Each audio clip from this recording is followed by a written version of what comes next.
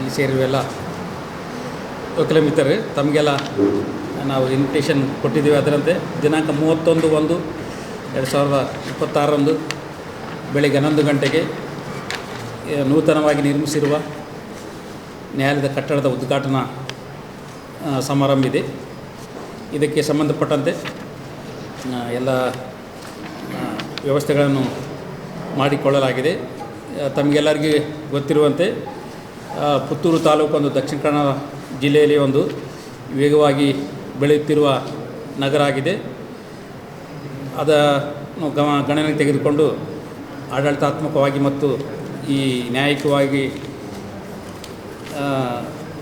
ಅದರ ಆಧಾರದ ಮೇಲೆ ಈಗಿರುವ ಸ್ಥಳಾವಕಾಶ ಕಡಿಮೆ ಇದೆ ಮತ್ತು ಇನ್ನೂ ಹೆಚ್ಚಿನ ಅನುಕೂಲತೆಗಳು ಅಗತ್ಯ ಇದೆ ಎಂದು ಮನಗಂಡು ಕರ್ನಾಟಕ ಉಚ್ಚ ನ್ಯಾಯಾಲಯ ಈ ಹೊಸ ಕಟ್ಟಡವನ್ನು ನಿರ್ಮಿಸಲು ಆದೇಶ ನೀಡಿದ ಪ್ರಕಾರ ಕಟ್ಟಡ ನಿರ್ಮಾಣ ಆಗಿದೆ. ತಮಗೆಲ್ಲರಿಗೆ ಗೊತ್ತಿರುವಂತೆ ಈ ಪುತ್ತೂರಿನಲ್ಲಿ ನ್ಯಾಯಾಲಯದ ಇತಿಹಾಸ ಹೇಳಬೇಕಾದ್ರೆ 1816 ಇಸ್ವಿಯಲ್ಲಿಯೇ ಅದು ನ್ಯಾಯಾಲಯ ಪ್ರಾರಂಭ ಆಗಿದೆ. ಅಲ್ಲಿಂದ ನಂತರ 98ರಲ್ಲಿ ಆಗಿದೆ. ಆನಂತರ 56ರಲ್ಲಿ, 64ರಲ್ಲಿ ಮತ್ತು 95, 96ರಲ್ಲಿ, 2009, 10ರಲ್ಲಿ ಕೂಡ ಕಟ್ಟಡ ಆಯಿತು. ಈಗ ನಾವು ಈಗಿರುವ ಸ್ಥಳಾವಕಾಶ ಕಡಿಮೆ ಇದೆ ಮತ್ತು ಹೆಚ್ಚಿನ ಅನುಕೂಲತೆಗಳು ಬೇಕೆಂಬ ಉದ್ದೇಶದಿಂದ ಈಗ 4.84 ಎಕರೆ ಸ್ಥಳದಲ್ಲಿ ಈ ಬನ್ನೂರು ಗ್ರಾಮದಲ್ಲಿ ಹೊಸ ಕಟ್ಟಡ ಬರ್ತಾಯಿದೆ. ಇದರಲ್ಲಿ 12 ಕೋರ್ಟ್ ಹಾಲುಗಳಿವೆ. ಅದೇ ರೀತಿಯಾಗಿ ಅದರಲ್ಲಿ ನ್ಯಾಯಾಧೀಶ ಚೇಂಬರ್ಗಳ ಮತ್ತು ಸ್ಟೆನೋ ರೂಮ್ ಇತರ ಎಲ್ಲ ಅನುಕೂಲತೆಗಳು ಈ ಸರ್ಕಾರಿ ವಕೀಲರಿಗೆ ಮತ್ತು ಮೀಡಿಯೇಷನ್ ಸೆಂಟರ್ ಇದೆ, ಕಾನೂನು ಸೇವೆಗಳ ಪ್ರಾಧಿಕಾರ, ಲೈಬ್ರರಿ, ಇನ್ನು ಅನೇಕ ಸವಲತ್ತುಗಳನ್ನು ಒಳಗೊಂಡಿದೆ. ಈ ಬಗ್ಗೆ ತಾವೆಲ್ಲ ಮಾಧ್ಯಮದವರು ಈ ನ್ಯಾಯಾಲಯ ಹೊಸದಾಗಿ ಪ್ರಾರಂಭವಾಗುತ್ತಿರುವ ಬಗ್ಗೆ ತಮ್ಮ ಪತ್ರಿಕೆಯಲ್ಲಾಗಲಿ ಟಿ ಮಾಧ್ಯಮದಾಗಲಿ ಇದರ ಬಗ್ಗೆ ಪ್ರಚಾರ ನೀಡಬೇಕು, ಇದರ ಬಗ್ಗೆ ಪ್ರಕಟಣೆಯನ್ನು ಹೊರಡಿಸಬೇಕಂತ ನಾನು ತಮ್ಮಲ್ಲಿ ವಿನಂತಿಸಿಕೊಳ್ತೇನೆ. ಮುಂದಿನದನ್ನು ನಮ್ಮ ಅಧ್ಯಕ್ಷರು 2200 ಸ್ಕ್ವೇರ್ ಫೀಟ್ ಪೋಸ್ಟ್ ಆಫೀಸಿಗೆ ನಾವು ಫೆಸಿಲಿಟಿ ಕಲ್ಪಿಸಿದ್ದೇವೆ. ಅದು ನ್ಯಾಯಾಲಯಕ್ಕೆ ಕೂಡ ಅವಿಭಾಜ್ಯ ಅಂಗ. ಪೋಸ್ಟ್ ಆಫೀಸ್, ಬ್ಯಾಂಕ್ ಮತ್ತು ಡಿಸ್ಪೆನ್ಸರಿ, ATM, ಪ್ರಾಪರ್ಟಿ ರೂಮಿಗೆ ಮಾಡಿ 13 ಪ್ಯಾಸೆಂಜರ್ಸ್ನ 2 ಲಿಫ್ಟ್ಗಳನ್ನು ಅಳವಡಿಸಲಾಗಿದೆ. ಮತ್ತು ಫಸ್ಟ್ ಫ್ಲೋರಲ್ಲಿ ಟೋಟಲಿ 3115 ಸ್ಕ್ವೇರ್ ಫೀಟ್ ಉಂಟು. ಅಲ್ಲಿ ಜಡ್ಜಸ್ ಎಂಟ್ರಿ ಆಗಲಿಕ್ಕೆ ಕೋರ್ಟ್ ಹಾಲಲ್ಲಿ ಮತ್ತು ವೇಟಿಂಗ್ ಲಾಂಜ್ ಉಂಟು, ಮತ್ತು 4 ಜಡ್ಜಸ್ ಚೇಂಬರ್ ಉಂಟು, ಲೈಬ್ರರಿ, ಜುಡಿಷಿಯಲ್ ಸರ್ವಿಸ್ ಸೆಂಟರ್ ಮತ್ತು ಎಲ್ಲವೂ ಒದಗಿಸಲಾಗಿದೆ. ಸೆಕೆಂಡ್ ಫ್ಲೋರಲ್ಲಿ ಕೂಡ 3115 ಸ್ಕ್ವೇರ್ ಮೀಟರಿನ ಸುತ್ತಳತೆಯ ಒಂದು ಸೆಕೆಂಡ್ ಫ್ಲೋರಲ್ಲಿ ವ್ಯವಸ್ಥೆ ಮಾಡಲಾಗಿದೆ. ಹಾಗೆಯೇ ಕೋರ್ಟಿಗೆ ಬೇಕಾಗುವ ಎಲ್ಲ ಸವಲತ್ತುಗಳನ್ನು ಅಲ್ಲಿ ಜೋಡಿಸಲಾಗಿದೆ. ಮತ್ತು ಥರ್ಡ್ ಫ್ಲೋರಲ್ಲಿ ಕೂಡ 3115 ಸ್ಕ್ವೇರ್ ಫೀಟ್ ಕೋರ್ಟ್ ಹಾಲು 4 ಉಂಟು. ಟೋಟಲಿ 12 ಕೋರ್ಟ್ಗಳು ಬರ್ತದೆ. ಈಗಾಗಲೇ ಮಾನ್ಯ ಜುಡಿಷಿಯರಿಯವರು ಪೋಕ್ಸೋ ಪ್ರಕರಣಗಳು ಪುತ್ತೂರಲ್ಲಿ ಜಾಸ್ತಿ ಇರುವ ಕಾರಣ ಈಗ ಸ್ಪೆಷಲ್ ಕೋರ್ಟ್ ಒಂದು ಇಲ್ಲಿಗೆ ಬಂದಿದೆ. ಈಗ ಬಿಲ್ಡಿಂಗಿನ ಕೊರತೆಯಿಂದಾಗಿ ಅದು ಫಂಕ್ಷನಿಂಗ್ ಆಗಲಿಲ್ಲ. ಇನ್ನು ನ್ಯಾಯಾಂಗ ಇಲಾಖೆಯವರು ಖಂಡಿತವಾಗಿಯೂ ಅದನ್ನು ಶೀಘ್ರದಲ್ಲೇ ಆರಂಭ ಆಗ್ತದೆ. ಮತ್ತು ಇಲ್ಲಿ ಕಾಮನ್ ಏರಿಯಾ ಮತ್ತು ಎಡಿಷನಲ್ ಫೆಸಿಲಿಟಿ ಎಲ್ಲ ನಾವು ಒಂದು ಪ್ಯಾಂಪ್ಲೆಟನ್ನು ಹಂಚಿದ್ದೇವೆ. ಅದರಲ್ಲಿ ಎಲ್ಲ ವಿವರಗಳನ್ನು ಒಳಗೊಂಡು. ಮತ್ತು ಮುಖ್ಯವಾಗಿ ನಾಳೆ ದಿನ 31ಕ್ಕೆ ನಮ್ಮ ಆಣೆಮಜಲಿನಲ್ಲಿ ನೂತನವಾಗಿ ಬಿಲ್ಡಿಂಗ್ ಇನಾಗ್ರೇಷನನ್ನು ನಮ್ಮ ಗೌರವಾನ್ವಿತ former justice Shri S Abdul Nazeer ಅವರು ಮಾಡಲಿದ್ದಾರೆ. ನಮ್ಮೆಲ್ಲರ ಒಂದು ನ್ಯಾಯಾಂಗ ಇಲಾಖೆಗೆ ಒಂದು ಗೌರವವೆಂಬಂತೆ ನಮ್ಮ ಚೀಫ್ ಜಸ್ಟಿಸ್ ಅವರು ಬರಲಿಕ್ಕೆ ಕನ್ಸೆಂಟ್ ಕೊಟ್ಟಿದ್ದಾರೆ. ಅವರು ಈ ಒಂದು ಸಮಾರಂಭದ ಅಧ್ಯಕ್ಷತೆಯನ್ನು ವಹಿಸ್ತಾರೆ. ಹಾಗೆಯೇ ಮುಖ್ಯ ಅತಿಥಿಗಳಾಗಿ ಇಲ್ಲಿನ ಅಡ್ಮಿನಿಸ್ಟ್ರೇಟಿವ್ ಜಡ್ಜ್, ಕರ್ನಾಟಕ ಹೈಕೋರ್ಟ್ ಗೌರವಾನ್ವಿತ ನ್ಯಾಯಮೂರ್ತಿ ಶ್ರೀ H.T. ನರೇಂದ್ರ ಪ್ರಸಾದ್ ಅವರು ಬರ್ತಾರೆ. ಹಾಗೆಯೇ ನಮ್ಮ ಈ ಪ್ರದೇಶದಿಂದ ಹೋಗಿ ಉನ್ನತ ಹುದ್ದೆಗೇರಿದಂತಹ ಗೌರವಾನ್ವಿತ ನ್ಯಾಯಮೂರ್ತಿ ಶ್ರೀ ಮೊಹಮ್ಮದ್ ನವಾಜ್ರವರು, ಗೌರವಾನ್ವಿತ ನ್ಯಾಯಮೂರ್ತಿ ಶ್ರೀ ಎಸ್ ವಿಶ್ವಜಿತ್ ಶೆಟ್ಟಿಯವರು, ಹಾಗೆಯೇ ಗೌರವಾನ್ವಿತ ನ್ಯಾಯಮೂರ್ತಿ ರಾಜೇಶ್ ರೈ ಕೆ ಅವರು ಮತ್ತು ಗೌರವಾನ್ವಿತ ನ್ಯಾಯಮೂರ್ತಿ ಶ್ರೀ ತ್ಯಾಗರಾಜ್ ಎನ್ ಹೆಣವಲ್ಲಿ ಅವರು, ನಾವು ಅವರನ್ನು ಆಮಂತ್ರಿಸಿದ್ದೇವೆ. ಹಾಗೆಯೇ ADM ಆಗಿ ಅಡ್ಮಿನಿಸ್ಟ್ರೇಟಿವ್ ಜಡ್ಜ್ ಆಗಿ ಈ ಹಿಂದೆ ಕೆಲಸ ಮಾಡಿದಂತಹ ಹಲವಾರು ನಮಗೆ ನ್ಯಾಯಾಲಯ ನಿರ್ಮಾಣ ಆಗುವಾಗ ಸಲಹೆ ಕೊಟ್ಟಂತಹ ಡಾಕ್ಟರ್ ಗೌರವಾನ್ವಿತ ನ್ಯಾಯಮೂರ್ತಿ ಶ್ರೀ ಅಶೋಕ್ ಎಸ್ ಕಿನಗಿ ಅವರನ್ನು ಕೂಡ ನಾವು ಆಹ್ವಾನಿಸಿದ್ದೇವೆ. ಹಾಗೆಯೇ ministry is the part and parcel. ಯಾಕೆಂತೇಳಿದರೆ ಈ ಸವಲತ್ತುಗಳನ್ನೆಲ್ಲ ನಮಗೆ ಒದಗಿಸಿದ್ದು ಸರ್ಕಾರ. ನಾವು ಶ್ರೀ UT ಖಾದರ್ ಫರೀದ್ ಮಾನ್ಯ ಸ್ಪೀಕರ್ ಅವರನ್ನು ಇನ್ವೈಟ್ ಮಾಡ್ತಾ ಇದ್ದೇವೆ. ಹಾಗೆಯೇ ಕಾನೂನು ಸಚಿವರು ಕೂಡ ಶ್ರೀ HK ಪಾಟೀಲ್ರವರನ್ನು ಕೂಡ ಇನ್ವೈಟ್ ಮಾಡಿದ್ದೇವೆ. ಹಾಗೆಯೇ ಮಾನ್ಯ ಸಚಿವರು ಲೋಕೋಪಯೋಗಿ ಇಲಾಖೆ ಶ್ರೀ ಸತೀಶ್ ಜಾರಕಿಹೊಳಿಯವರು ಬರ್ತಾರೆ. ಹಾಗೆಯೇ ಮಾನ್ಯ ಆರೋಗ್ಯ ಮತ್ತು ಕುಟುಂಬ ಕಲ್ಯಾಣ ಇಲಾಖಾ ಸಚಿವರು ಮತ್ತು ಉಸ್ತುವಾರಿ ಸಚಿವರು ದಕ್ಷಿಣ ಕನ್ನಡ ಜಿಲ್ಲೆ ಶ್ರೀ ದಿನೇಶ್ ಗುಂಡೂರಾವ್ ಅವರು ಬರ್ತಾರೆ. ಹಾಗೆಯೇ ಇಲ್ಲಿ ಫಾಸ್ಟ್ ಟ್ರ್ಯಾಕ್ ಜಡ್ಜ್ ಮತ್ತು 5ನೇ ಹೆಚ್ಚುವರಿ ಜಿಲ್ಲಾ ನ್ಯಾಯಾಧೀಶರಾಗಿ ಕೆಲಸ ಮಾಡಿದಂತಹ ಶ್ರೀ TG ಶಿವಶಂಕರೇಗೌಡರು ಅವರ ಶ್ರಮ ಇದೆ ಈ ಒಂದು ಪ್ರಾಜೆಕ್ಟಿನ ಹಿಂದೆ. ಅವರು ಕೂಡ ನಮ್ಮ ಅತಿಥಿಗಳಾಗಿ ಬರ್ತಾ ಇದ್ದಾರೆ. ಹಾಗೆಯೇ ಕ್ಯಾಪ್ಟನ್ ಬ್ರಿಜೇಶ್ ಚೌಟ ನಮ್ಮ ನೆಚ್ಚಿನ ಲೋಕಸಭಾಧ್ಯಕ್ಷರು ಬರ್ತಾರೆ. ಮತ್ತು ಇದರ ಹಿಂದೆ ಅಶೋಕ್ ರೈ ಅವರು ತುಂಬ ಮುತುವರ್ಜಿ ಇಟ್ಟು ಎಲ್ಲ ಕೆಲಸಗಳನ್ನು ಅಚ್ಚುಕಟ್ಟಾಗಿ ನಮಗೆ ಮಾರ್ಗದರ್ಶನ ಮತ್ತು PWD ಅವರಿಗೆ ಶ್ರೇಷ್ಠ ಮಾರ್ಗದರ್ಶನ ನೀಡ್ತಾ ಇದ್ದಾರೆ. ಅವರು ಕೂಡ ನಮ್ಮ ಅತಿಥಿಯಾಗಿ ಬರ್ತಾರೆ. ಹಾಗೆಯೇ ಹೆಚ್ಚುವರಿ solicitor general of India KM Nataraj ಅವರನ್ನು ಕೂಡ ನಾವು ಇನ್ವೈಟ್ ಮಾಡಿದ್ದೇವೆ. ಹಾಗೆಯೇ ಶ್ರೀ KS ಭರತ್ ಕುಮಾರ್ ಅವರು ನಮ್ಮ ಈ ಸಮಾರಂಭದಲ್ಲಿ ಅತಿಥಿಯಾಗಿದ್ದಾರೆ. ಅವರು ರಿಜಿಸ್ಟ್ರಾರ್ ಜನರಲ್ ಆಗಿದ್ದಾರೆ. ಹಾಗೆಯೇ ಸರ್ಕಾರವನ್ನು ಪ್ರತಿನಿಧಿಸುವಂತಹ ಅಡ್ವೊಕೇಟ್ ಜನರಲ್ ಕರ್ನಾಟಕ ಸರ್ಕಾರವನ್ನು ಪ್ರತಿನಿಧಿಸುವ ಶ್ರೀ ಶಶಿಕಿರಣ್ ಶೆಟ್ಟಿ ಅವರು ಬರ್ತಾರೆ. ಹಾಗೆಯೇ ನಮ್ಮ ಜಿಲ್ಲಾಧಿಕಾರಿಯವರು ಶ್ರೀ ದರ್ಶನ್ HV ಅವರು ನಮ್ಮ ಗೆಸ್ಟ್ ಆಗಿದ್ದಾರೆ. ಹಾಗೆಯೇ ಶ್ರೀ PP ಹೆಗ್ಡೆ ಅವರು ಪ್ರಸ್ತುತ ಅವರು ಈ ಬಾರ್ ಕೌನ್ಸಿಲ್ನ ಸದಸ್ಯರಾಗಿದ್ದಾರೆ. ಅದರ ನೆಲೆಯಲ್ಲಿ ಅವರು ಕೂಡ ನಮ್ಮ ಗೆಸ್ಟ್ ಆಗಿದ್ದಾರೆ. ನಿಮ್ಮನ್ನೆಲ್ಲ ಈ ಹೋಸ್ಟ್ ಆಗಿ ನಾವು ಅಂದರೆ ವಕೀಲರ ಸಂಘ ಸೇರಿ ಜಿಲ್ಲಾ ನ್ಯಾಯಾಂಗ ಮತ್ತು PWD ಅವರು ಜಂಟಿಯಾಗಿ ಈ ಕಾರ್ಯಕ್ರಮವನ್ನು ನಾವು ನಡೆಸಿಕೊಡಲಿದ್ದೇವೆ. ಹಾಗೆಯೇ ಮತ್ತೊಂದು ಪ್ರಸ್ತಾವನೆಯನ್ನು ನಾವು ವಕೀಲರ ಸಂಘದ ವತಿಯಿಂದ ಹೊಸ ನ್ಯಾಯಾಲಯ ಕಟ್ಟಡ ಉದ್ಘಾಟನೆ ಯಾವತ್ತು ಆಗಬೇಕು ಅಂತ ಹೇಳಿ ಈಗ ಮುನ್ಸಿಪಾಲ್ಟಿ ಇವರು TMCಯ ಹೆಡ್ DC ಅವರಿದ್ದಾರೆ. DC ಅವರಿಗೆ ನಾವು ರೆಸೊಲ್ಯೂಷನ್ ಮಾಡಿ ವಕೀಲರ ಸಂಘದ ಒಂದು ಸರ್ವಾನುಮತದ ಒಂದು ರೆಸೊಲ್ಯೂಷನ್ ಮಾಡಿ ರಸ್ತೆಗೆ ಹೊಸ ನ್ಯಾಯಾಲಯಕ್ಕೆ ಹೋಗುವ ಕಟ್ಟಡ ರಸ್ತೆಗೆ ಇಲ್ಲಿ ಬೆನಗಲ್ ನರಸಿಂಗ ರಾವ್ ಸಂವಿಧಾನ್ ಪಾತ್ ಎಂದು ಹೆಸರಿಡಬೇಕಂತ ಕೊಟ್ಟಿದೆ. ಯಾಕೆ ಅಂತ ಹೇಳಿದರೆ ಅದರ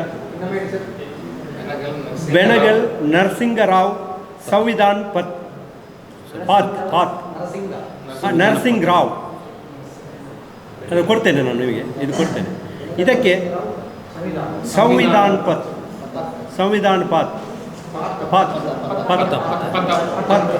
ಪಥ ಬರ್ತದೆ ಇಲ್ಲಿ, ಇದರಲ್ಲಿ ಪಥ ಸರಿ.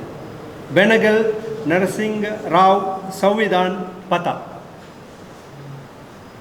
ಈ ಒಂದು ಪ್ರಸ್ತಾವನೆಯನ್ನು ನಾವು ಸರ್ಕಾರಕ್ಕೆ ಸಲ್ಲಿಸಿ, ಸರ್ಕಾರದಿಂದ DC ಅವರ ಮುಖಾಂತರ ಸರ್ಕಾರಕ್ಕೆ ಸಲ್ಲಿಸಿ, ಸರ್ಕಾರ ಸಕಾರಾತ್ಮಕವಾಗಿ ಅಗತ್ಯ ಕ್ರಮ ಕೈಗೊಳ್ಳಿ ಅಂತ ಹೇಳಿದರು.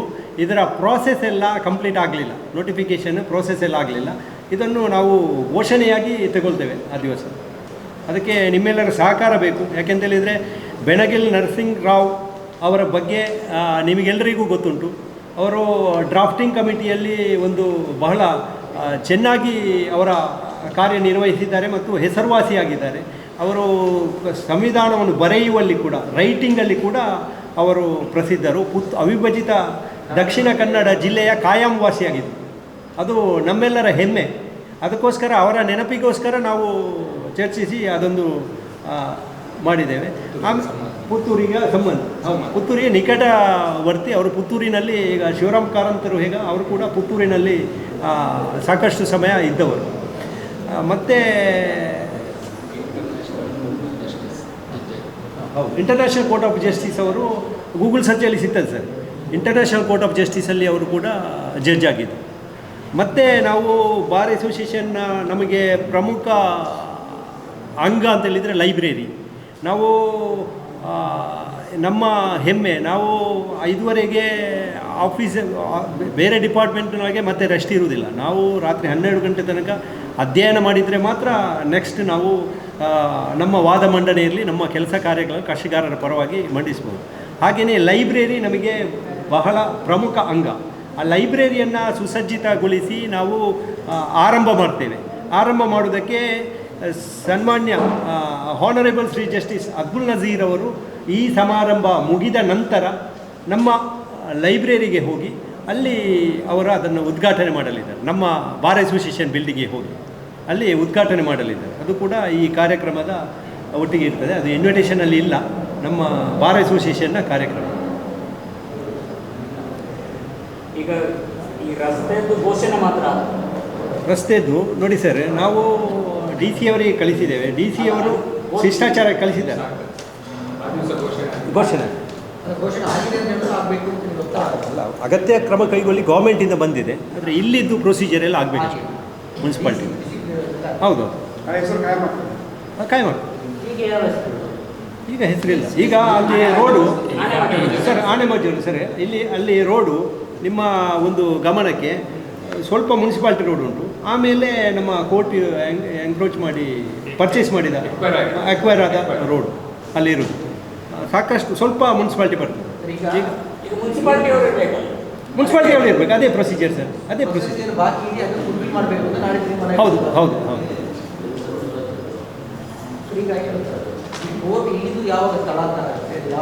ಅದೇ ಸೇಮ್ ಡೇ ಮಧ್ಯಾಹ್ನ ನಂತರ ಕಾಲಿಂಗ್ ಆಗ್ತದೆ. 2:45ಕ್ಕೆ ಪ್ರಾರಂಭ ಆಗುತ್ತೆ. ಮಧ್ಯಾಹ್ನ 2:45ರಿಂದ ಅಲ್ಲೇನೆ ಫಂಕ್ಷನಿಂಗ್ ಸ್ಟಾರ್ಟ್ ಆಗುತ್ತೆ. ಬೆಳಗ್ಗೆ ಉದ್ಘಾಟನೆ ಆಗುತ್ತೆ, ಮಧ್ಯಾಹ್ನ 2:45ಕ್ಕೆ ಅಲ್ಲೇ ಸ್ಟಾರ್ಟ್ ಆಗುತ್ತೆ. ಎಲ್ಲ ಅಲ್ಲೇ ಎಲ್ಲ ಇದೆ. ಫೈಲ್ಗಳು ಅಲ್ಲೇ ಹೋಗ್ತದೆ. ಅವತ್ತೇ ದಿನ ತೊಗೊಂಡು ಹೋಗ್ತೀವಿ. ಸದ್ಯಕ್ಕೆ ಅವತ್ತು ಅದು ಒಂದಿನ ಫಸ್ಟ್ 1-2 ದಿನ ಆಮೇಲೆ ಎಲ್ಲ ಶಿಫ್ಟ್ ಮಾಡಿಬಿಡ್ತೀವಿ. ಮಧ್ಯದಾಗ ಆಲ್ಮೋಸ್ಟ್ ಆಗಿದೆ. ಘೋಷಣೆ ಮಾತ್ರ ಬಾಕಿ ಇದೆ.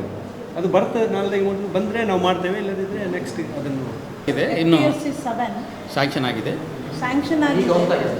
ಹೊಸದಾಗಿ ಸ್ಯಾಂಕ್ಷನ್ ಆಗಿದೆ. ಅದು ಸ್ಟಾರ್ಟ್ ಆಗುತ್ತೆ. ಫಂಕ್ಷನ್ ಆಗಬೇಕು. ಬಂದಮೇಲೆ ಅದು ಸ್ಟಾರ್ಟ್ ಆಗುತ್ತೆ. ಈಗಿಲ್ಲ ಜಡ್ಜ್ ಪೋಸ್ಟ್ ಅನ್ನೋದು ಕ್ರಿಯೇಟ್ ಮಾಡಿ ಅದು ಅಪ್ರೂವಲ್ ಆಗಿಲ್ಲ. ಸದ್ಯಕ್ಕೆ 6 ಕೋರ್ಟ್ ಮಾತ್ರ. ಅದು 7th ಅಡಿಷನಲ್ ಪೋಕ್ಸೋ ಅಂತಲ್ಲ, 7th additional district and sessions.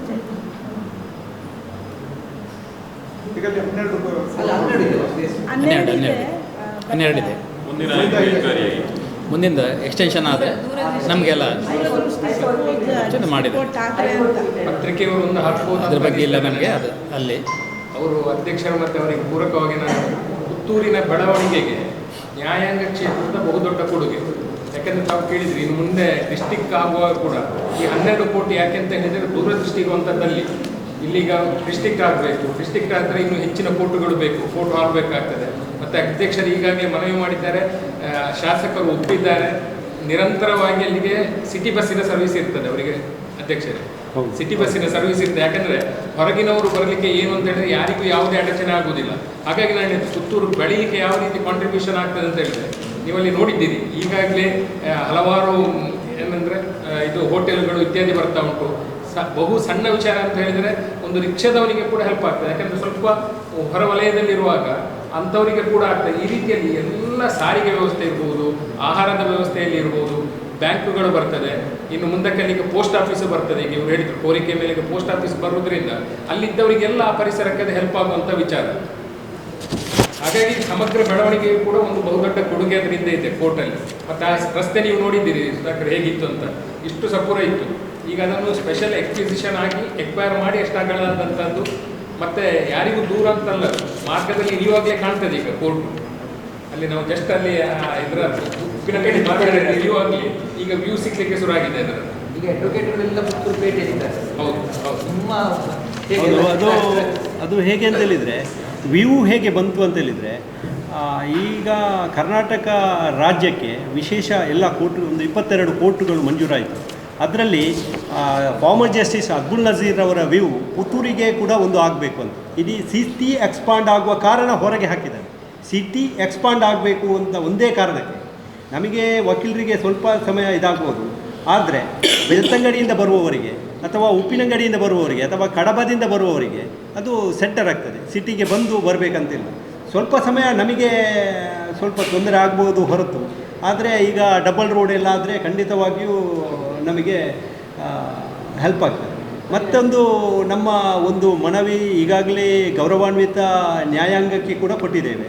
ಬೆಳ್ತಂಗಡಿಯ jurisdiction ಈಗ ಮಂಗಳೂರಿಗುಂಟು, ಅಪೀಲ್ ಜ್ಯೂರಿಡಿಕ್ಷನ್ ಮಂಗಳೂರಿಗುಂಟು. ಅದು ಪುತ್ತೂರಿಗೆ ಬಂದರೆ ಪುತ್ತೂರಿಗೆ ಬೆಳ್ತಂಗಡಿಗೆ ಈಗ ಆನೆಮಜಲಿಗೆ ಇರೋದು 22 ಕಿಲೋಮೀಟ್ರ್, ಮಂಗಳೂರಿಗೆ 40-50 ಕಿಲೋಮೀಟ್ರ್ ಆಗ್ತದೆ ಬೆಳ್ತಂಗಡಿಯಿಂದ. ಆದ ಕಾರಣ ನ್ಯಾಯಾಂಗ ಇಲಾಖೆಗೆ ವಿಶೇಷವಾಗಿ ನಾವು ಮನವಿ ಸಲ್ಲಿಸಿದ್ದೇವೆ. ಅದನ್ನು ಕೂಡ ಪುರಸ್ಕರಿಸ್ತಾರೆ ಅಂತೇಳಿ ನಾವು ವಕೀಲರ ಸಂಘದ ಒಂದು ಆಶಾಭಾವನೆ ಕಕ್ಷಿಗಾರರ ಪರವಾಗಿ. ಬೇರು ಚಾಲನೆ ಉದ್ಘಾಟನೆ ಇಷ್ಟು ಅದು ಸಫಿಷಿಯೆಂಟ್ ಇದ್ದಾರೆ, ಅವ್ರಿಗೆ ಟ್ರೈನಿಂಗ್ ಅಷ್ಟೇ. ಟ್ರೈನಿಂಗಲ್ಲಿ ಇರೋದು ಸುಳ್ಯ ಅವರು ಟ್ರೈನಿಂಗ್ ಹೋಗಿದ್ದಾರೆ ಅಷ್ಟೇ. ಎರಡು ಕೋರ್ಟಲ್ಗಿದೆ. ಅದು ಈ ಬಿಲ್ಡಿಂಗ ನಾವು ಸರ್ಕಾರ ವಾಪಸ್ ಕೊಡ್ತಾ ಇದ್ದೀವಿ. ಸರ್ಕಾರಕ್ಕೆ ಗೌರ್ಮೆಂಟ್ ಹೌದು. PWD ವಾಪಸ್ ಹ್ಯಾಂಡ್ ಓವರ್ ವಾಪಸ್ ಕೊಡ್ತಾರೆ, ಅವ್ರಿಗೆ ಹ್ಯಾಂಡ್ ಓವರ್ ಮಾಡ್ತಾರೆ. ಎಲ್ಲ ಅದೇ ತಕ್ಷಣ ನಾವು ಇದಾದ ತಕ್ಷಣ ಎಲ್ಲ ಶಿಫ್ಟ್ ಮಾಡಿದ ತಕ್ಷಣ ವಾಪಸ್ ಕೊಡ್ತಾ ಇದ್ದೀವಿ. ಬೇರೆ ಏನಾದರೂ ಉದ್ಘಾಟನಾ ಸಮಾರಂಭದ ಬಗ್ಗೆ ಉದ್ಘಾಟನೆ ಬಗ್ಗೆ ಏನಿದ್ರೆ ಉದ್ಘಾಟನೆ ಬಗ್ಗೆ ಏನಾದರೂ ಇದ್ದರೆ ನೀವು. ಮುಖ್ಯಮಂತ್ರಿಗಳು ಬರುವುದು ಮುಖ್ಯಮಂತ್ರಿಯವರು ಪ್ರಥಮವಾಗಿ ನಾವು ಕರೆದಿದ್ದೆವು. ಆಮೇಲೆ ನಮ್ಮ ಈ ಪ್ರೋಸೆಸ್ ಸ್ಟಾರ್ಟ್ ಆದಮೇಲೆ ಇದು ಸ್ಪೆಷಲ್ ಸೆಷನ್ ಆಯಿತು, ನಿಮಗೆ ಗೊತ್ತಿರ್ಬೋದು. ಆದ ಕಾರಣ ಕೊನೆ ತನಕ ನಾವು ಕಾದಿದ್ದೇವೆ. ಲಾಸ್ಟಿಗೆ ಅವ್ರಿಗೆ ಬರಲಿಕ್ಕೆ ಆಗೋದಿಲ್ಲ. 31 ಪ್ರಥಮವಾಗಿ ಶನಿವಾರ ಆಗೋದು, ಅದು ವಿಶೇಷ ಅಧಿವೇಶನ ಪ್ರಥಮವಾಗಿ ಕರ್ನಾಟಕ ನಮಗೆ ಗೊತ್ತಿರುವ ಪ್ರಕಾರ ಕರ್ನಾಟಕ ರಾಜ್ಯದಲ್ಲಿ ಪ್ರಥಮವಾಗಿ ಆಗೋದು. ಹೌದು, ಶನಿವಾರ ವಿಶೇಷ ಅಧಿವೇಶನ ಇರುವ ಕಾರಣ ಬರ್ತೇನೆ ಅಂತ ಹೇಳಿದ್ದಾರೆ ಸರ್. ಅವರ ಕ್ವಶನ್ ಆ್ಯಂಡ್ ಆನ್ಸರ್ ಮುಗಿಸಿಕೊಂಡು ಬರ್ತೇನೆ ಅಂತ ಹೇಳಿದ್ದಾರೆ. ಲಾಸ್ಟ್ ಮಿನಿಟ್ ಬರ್ತಾರೆ ಗವರ್ನರ್ ಕಂಟ್ರೋಲ್. ಇವತ್ತು ತನಕ ಅವರು ಅವತ್ತು ಶಿಲಾನ್ಯಾಸಕ್ಕೂ ಬಂದಿದ್ದಾರೆ ಸರ್. ಶಿಲಾನ್ಯಾಸಕ್ಕೆ ಬಂದಿದ್ದಾರೆ. ಹೌದು ಹೌದು ಹೌದು.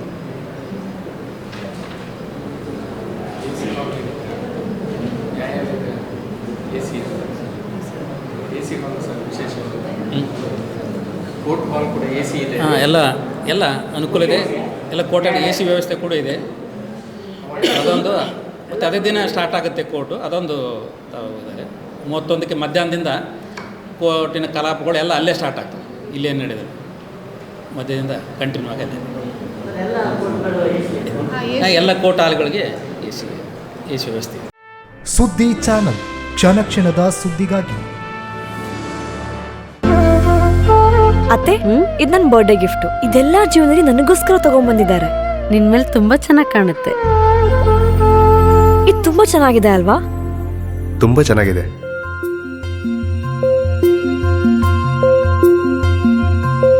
It will look really good on you. Amma? Huh? Mother is always son's first love.